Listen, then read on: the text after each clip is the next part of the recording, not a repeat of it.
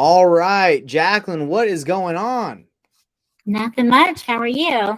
It's been a good day. As you can see, before we've hopped on, obviously, there's issues with technology and everything, but other than that, like, life's good. I'm feeling great. Exactly. Exactly. Well, everybody that's watching this or live or that will watch this, the reason why I have you on here, Jacquelyn, the reason why I like bringing on people is because, I want to talk about the nitty gritty of real estate. A lot of people see, reels, Facebook, like see a lot about social media highlighting how easy or like, they just see the success. Now, luckily we had success. We were able to do a deal together. It was a $10,000 deal in total on a pre-foreclosure home that you had, but, it had ups and downs, correct? Right. It absolutely did. Right. But that almost makes it feel, in my opinion, even better when it gets closed, right? Like, hey, this, we had to work hard for this, but it was worth it. I learned a lot and you learned a lot, right? I absolutely did. It's a story that, one of those stories you can tell your kids about, literally. Yes. Well, let's dive into that story. We want people to know that they can wholesale homes that are in pre-foreclosure. You can help sellers. And I would say, yes, we did help this seller because if we didn't help them take this to the finish line, the bank was going to take their home 100%. Like if someone didn't nudge them, they were just going to lose it. Right. That's at least Exactly. Exactly. yeah. So we're going to dive into that story. But first, for everybody that doesn't know you, Jacquelyn, can you tell us a little bit about yourself? Maybe how we met, a little bit about how you got into real estate. Well, I started out with Jerry Norton's program, and I met you there. I believe you introduced yourself, and I think you were teaching one of the classes and, said if anyone needs any assistance, that they can come to you, or if they need, to JV with anyone. So I didn't know you at the time, didn't think that I would have to use your resources, but lo and behold, I did. Yeah, So, I remember that call too. I think you had a deal. You were talking about this specific deal that you had, and I think you were like, "Hey, I think I might have to cancel it."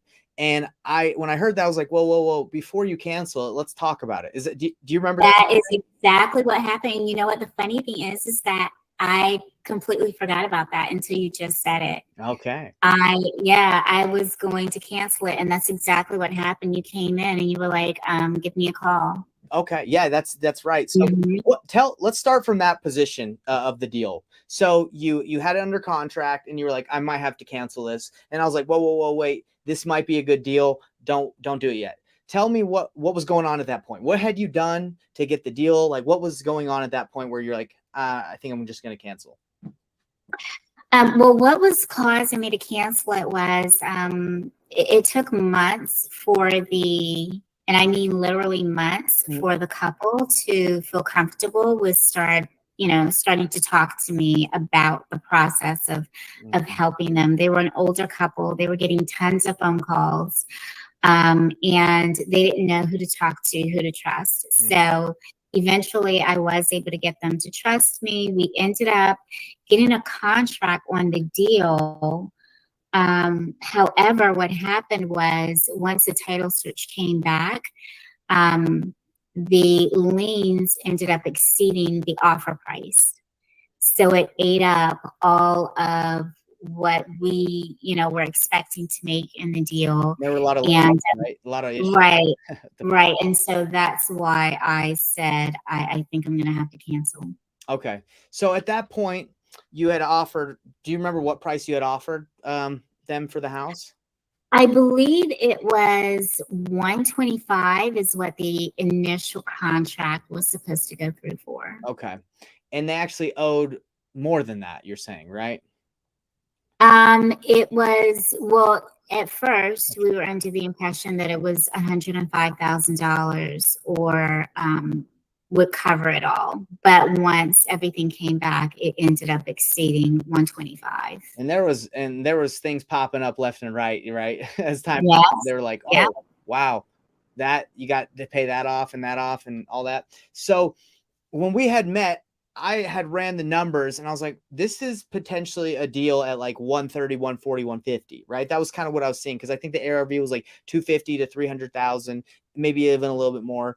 And, it's in Richmond, right? So Richmond, Virginia, it's Is that correct? I think that's right. Yes. Yeah, so Richmond, Virginia, and that's a a place that's a hotbed. There's a lot of good properties and flips going on. And for me, I've never been to Richmond, Virginia. Have you been to Richmond, Virginia?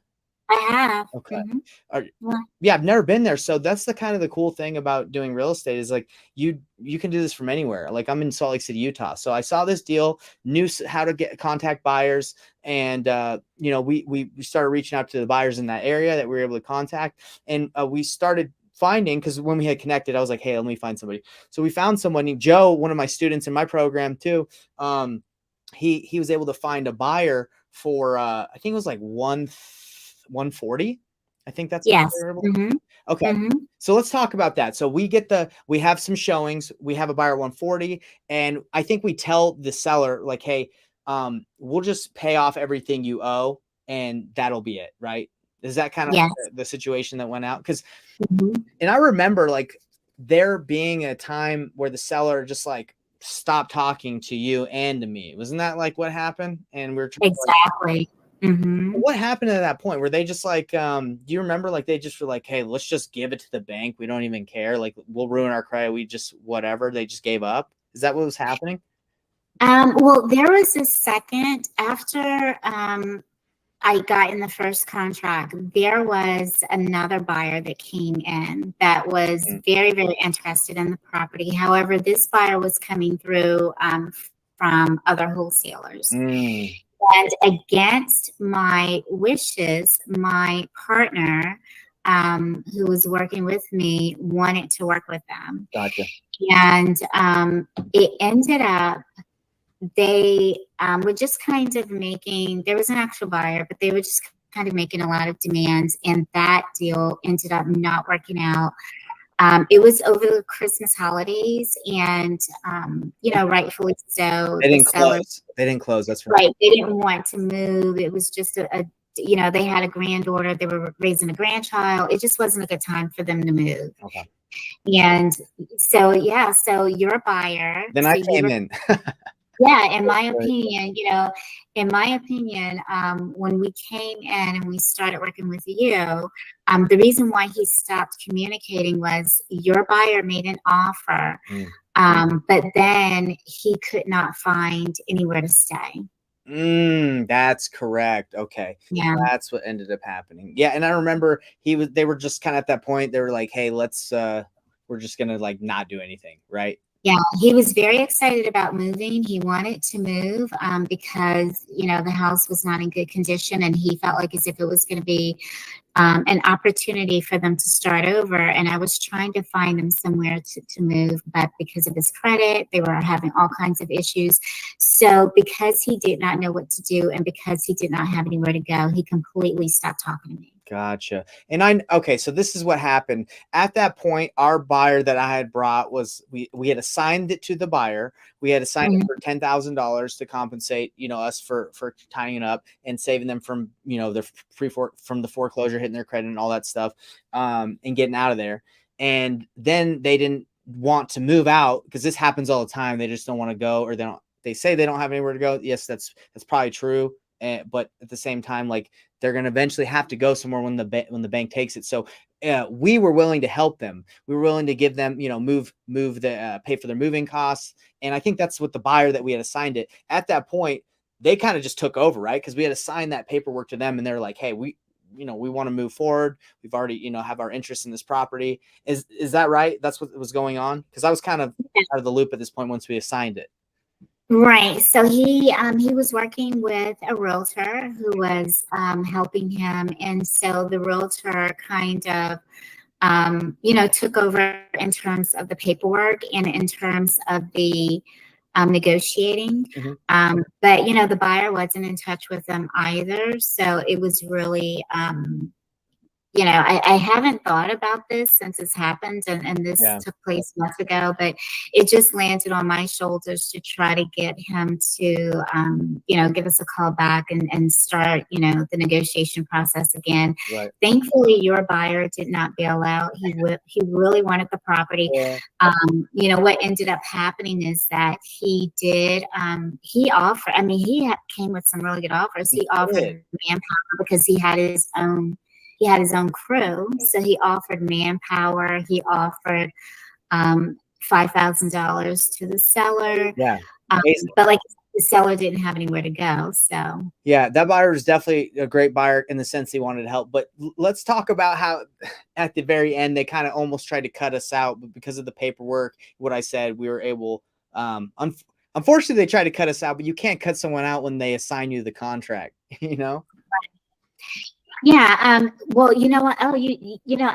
So I'm remembering things as you are talking because you did just remind me.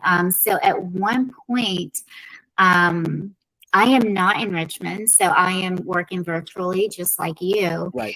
And so I gave the realtor and the buyer permission to go, and I thought it would help if they went and introduced themselves and kind of established a relationship with the seller. Right. Then after that, the realtor stopped communicating with me, and I sent you a text, or you called me, and there was some kind of verbiage that you gave me. It was one sentence. I can't remember what it was, but I sent it over to the realtor, and he called me within like 15 minutes. Yeah, I remember. So for everybody that's listening, what had happened again? She connected the buyer that we had assigned the deal to the seller because they're in Richmond and they were like kind of helping each other out.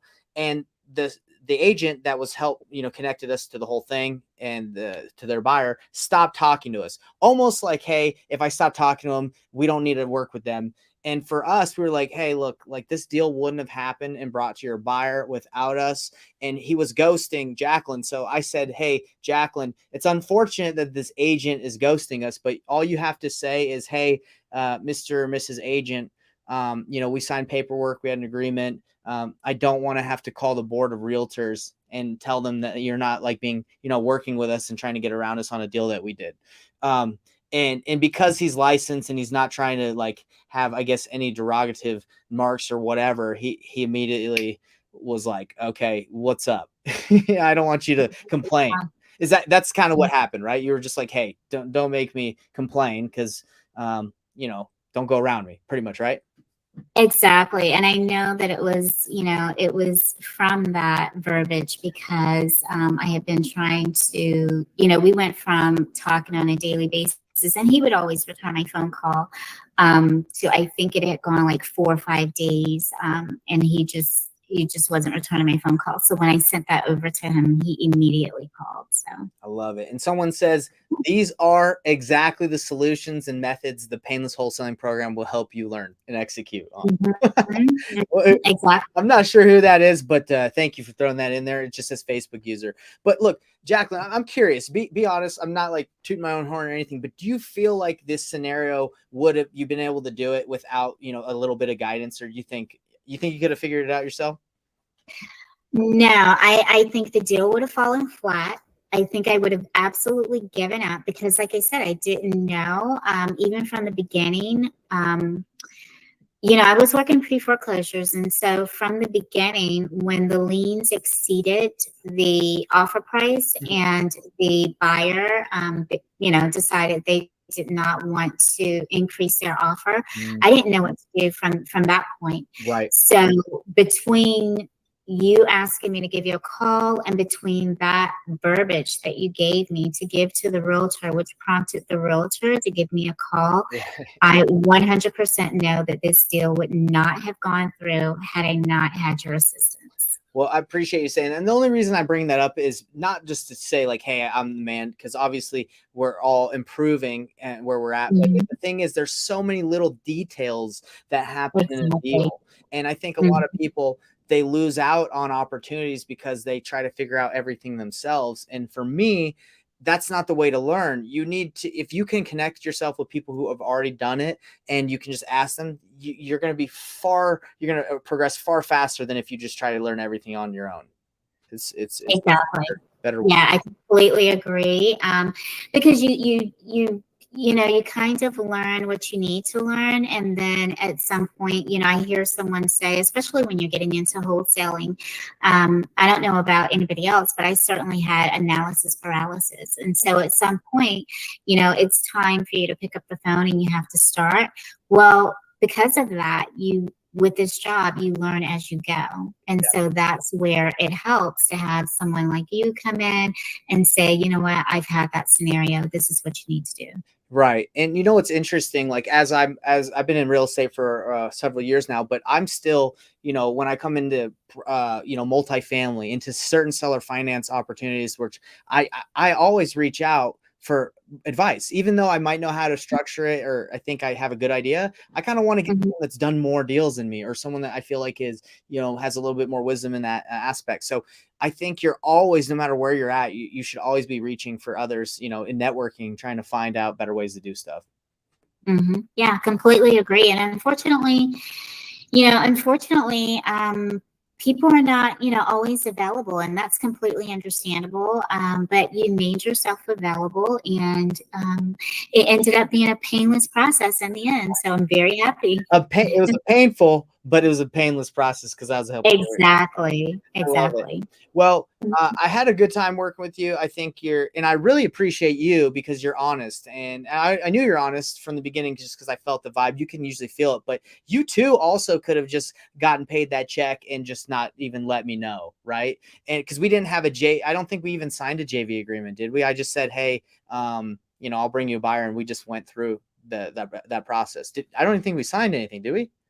Right, we didn't, and there was a time where I think the deal kind of fell flat for about 2 months when the seller was not communicating. But when I kept you in the loop, and when I was able to get him to start back communicating, I did reach out to you, and I wouldn't have tried to get over on you regardless, but I knew in the future that with the type of business that you had, that if I came across a situation again, I would love to work with you. Right. But again, even if that wasn't the case, I still wouldn't have tried to cut anyone out. But Yeah. yes. And I love that. I respect that because this business is about relationships, right? So if not saying you, but anybody that's watching this, it's like if you start doing kind of shady stuff or cutting people out when you don't need to, it's what goes around comes around, right? And you want to have a good name as you do this, especially, you want to treat sellers, everyone with respect, right? But Right. you want to do it right, and you did. So very interesting deal. And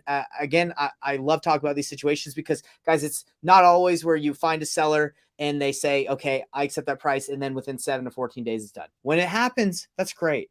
But there's also ones that are tricky, and we get paid to solve problems, and we definitely did solve that seller's problem because they were just going to lose the house, and they were offered assistance to move. Their credit was saved from getting destroyed on a bankruptcy, or not bankruptcy, but a foreclosure. Yeah, definitely worked with them and helped them out. Yeah. And can I just say, shout out to Joe. I really enjoyed working with him. He was my point of contact, with you. And yeah, and I appreciated his energy. He was really good to work with. Joe is awesome. I actually just had Joe on talking about how he found the buyer for this deal last week. So Joe's a great guy. He's doing great in Alabama. And this is the crazy thing. You said North Carolina, right? Yes. I'm in Utah. Joe's in Alabama. And us three worked on a deal in Richmond, Virginia, a $10,000 deal. And we never, we didn't even have to step inside the house. Pretty exactly. crazy, huh? Yeah. Yeah. Pretty fun. Well, Jacquelyn, do you have anything you want to leave for our viewers, anyone that's going to watch this or that's watching it? You have any nuggets you want to leave before we end the call? Well, I just want to say that our deal is over, but I do, watch you from afar. And, if anyone is interested in the paint, I love where I am with this process. I would recommend what you have to offer to anyone, because it's not too many times where you can get the actual guru on the phone. And you're the one. I mean, you have done such an incredible job. I mean, I don't think you've been in this for very long, right? Like 3-4 years. Yeah, it's been about that. It's 5 years, but we're right there. Right. But I mean, still, even 5 years to just be doing everything that you're doing and to have your own business. I would absolutely, but then to be as successful as you are and to be able to physically pick up the phone and talk to you, I think that's unheard of. So I would 10 out of 10 recommend you Wow. to anyone who, who was looking to get into the business. I appreciate you saying that. Yeah, because that is one, I would say one thing that sets me apart from, these other guys that have massive coaching businesses is like, that's not considered my goal, is to have thousands and thousands of people that just watch video courses and go through something and not have access to me. Like, I want to help people like you get deals. I want to help students. And, luckily I've been able to do that, and it's fun. You get to see people learn. And, that's where I'm at in my life, is I can help people do deals. And I actually enjoy it more than doing, 10 to 15 deals a month by myself. I'd rather help 10 to 15 people do 10 to 15,000, right? Because that's just going to do more deals, and it's going to help people, build their companies and help them with their legacy. So that's what I care about. And I appreciate you saying that. Thank you, Jacquelyn. No problem. No problem. All right. Well, we'll wrap up. If anybody else enjoyed this, give it a like wherever you're watching, or follow. And, if you need help with real estate, hit me up. I have a mentorship where I work with people exclusively. It really depends. We can't work with everyone. So if you're interested, you obviously have to apply. But yeah, good chat with you, Jacquelyn. You have a good one. And, reach out to me if you need something. All right. Absolutely. Thank you so much. Have a good day. You too. Bye.